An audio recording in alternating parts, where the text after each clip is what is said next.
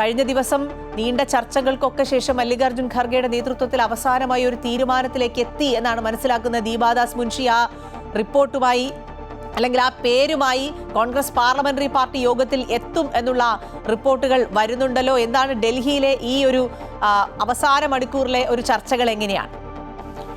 അഖില, ദിവസങ്ങൾ നീണ്ട ചർച്ചകൾക്കൊടുവിൽ കോൺഗ്രസിന്റെ മുഖ്യമന്ത്രി പ്രഖ്യാപനം ഇന്നുണ്ടാകും എന്നുള്ളത് ഉറപ്പായിട്ടുണ്ട്. ആ പേരിലേക്ക്, ഒറ്റ പേരിലേക്ക് കോൺഗ്രസ് നേതൃത്വത്തിന് എത്താൻ സാധിച്ചിട്ടുണ്ട്. അഖില ചൂണ്ടിക്കാട്ടിയതുപോലെയും പാർലമെന്ററി പാർട്ടി യോഗത്തിലേക്ക് അല്ലെങ്കിൽ കോൺഗ്രസിന്റെ നിയമസഭാ കക്ഷി യോഗത്തിലേക്ക് ആ പേര് കേന്ദ്ര നിരീക്ഷകരും ഒപ്പം കേരളത്തിന് ചുമതലയുള്ള AICC ജനറൽ സെക്രട്ടറി ദീപാദാസ് മുൻഷിയും വഴി ഹൈക്കമാൻഡ് അവതരിപ്പിക്കും. നിയമസഭാ കക്ഷി യോഗത്തിൽ ഇനി MLA-മാരുടെ അഭിപ്രായം ചോദിക്കുന്നതിനപ്പുറത്തേക്ക് ഒരു പ്രഖ്യാപനം, ഹൈക്കമാൻഡിന്റെ തീരുമാനം അവിടെ പ്രഖ്യാപിക്കും കേന്ദ്ര നിരീക്ഷകർ ചെയ്യുക. ആ ഒറ്റ പേരിലേക്ക്, ഏത് പേരിലേക്കാണ് ഹൈക്കമാൻഡ് എത്തിയത് എന്നുള്ളതാണ് നോക്കിക്കാണേണ്ടത്. കാരണം അവസാന നിമിഷത്തിലും ഒരുപോലെ പ്രതീക്ഷയിലാണ് KC വേണുഗോപാലും രമേശ് ചെന്നിത്തലയും VD സതീശനും ഉൾപ്പെടെയുള്ളവർ. അതുകൊണ്ട് തന്നെ ഏത് പേരിലേക്ക് എത്തിയാലും മറുവശത്ത് അസ്വാരസ്യങ്ങളും പൊട്ടിത്തെറികൾക്കും സാധ്യതയുണ്ട് എന്ന വിലയിരുത്തൽ കൂടി ഹൈക്കമാൻഡ് നടത്തിയിട്ടുണ്ട്. ഇന്നലെ വൈകിട്ട് 5:30 അവസാനഘട്ട ചർച്ച രാഹുൽ ഗാന്ധിയും കോൺഗ്രസ് അധ്യക്ഷൻ മല്ലികാർജ്ജുന ഖാർഗെയും തമ്മിൽ നടത്തിയിരുന്നു. എന്നാൽ ആ കൂടിക്കാഴ്ചയിലും ഒരു അന്തിമ തീരുമാനത്തിലേക്ക് എത്താൻ സാധിച്ചിരുന്നില്ല. കാരണം ഇന്നലെ വൈകിട്ട് കോൺഗ്രസ് നേതാക്കൾ തന്നെ വ്യക്തമാക്കിയത് വൈകിട്ടോടുകൂടി പ്രഖ്യാപനം ഉണ്ടാകും എന്നുള്ളതായിരുന്നു. പക്ഷേ മല്ലികാർജ്ജുന ഖാർഗെയും രാഹുൽ ഗാന്ധിയും 45 മിനിറ്റിലധികം നീണ്ടുന്ന കൂടിക്കാഴ്ചയിലും ഒറ്റപ്പേരിലേക്ക് എത്താൻ സാധിക്കാത്തതോടെ ഇന്ന് പ്രഖ്യാപനം ഉണ്ടാകും എന്നായിരുന്നു ജയറാം രമേശ്, അതായത് കോൺഗ്രസിന്റെ മീഡിയ ചുമതലയുള്ള ജനറൽ സെക്രട്ടറി ജയറാം രമേശ് വ്യക്തമാക്കിയിട്ടുള്ളത്.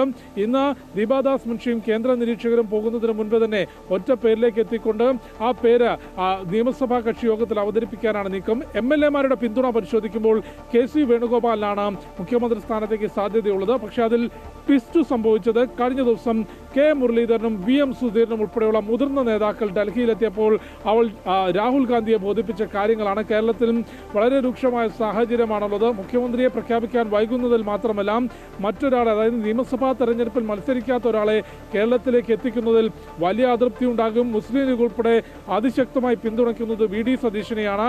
ജനവികാരം മാനിക്കേണ്ടതുണ്ട്. അതല്ലാതെ മുൻപോട്ട് പോയാൽ ഭാവിയിൽ UDF-നുള്ളിൽ കനത്ത പൊട്ടിത്തെറികൾക്ക് സാധ്യതയുണ്ട് എന്ന കാര്യം K മുരളീധരനും VM സുധീരനും വളരെ സമയമെടുത്ത് തന്നെ രാഹുൽ ഗാന്ധിയുമായുള്ള ചർച്ചയിൽ ചൂണ്ടിക്കാട്ടി. ഇതോടുകൂടിയാണ് KC വേണുഗോപാൽ എന്ന ഒറ്റപ്പേരിൽ നിന്നിരുന്ന ഹൈക്കമാൻഡ് വീണ്ടും പുനരാലോചനകൾക്ക് തയ്യാറായത്.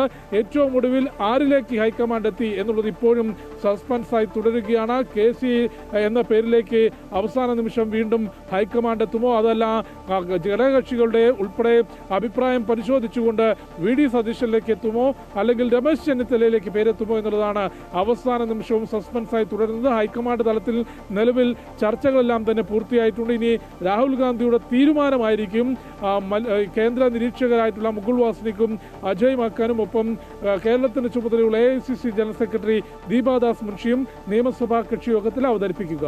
അഖില.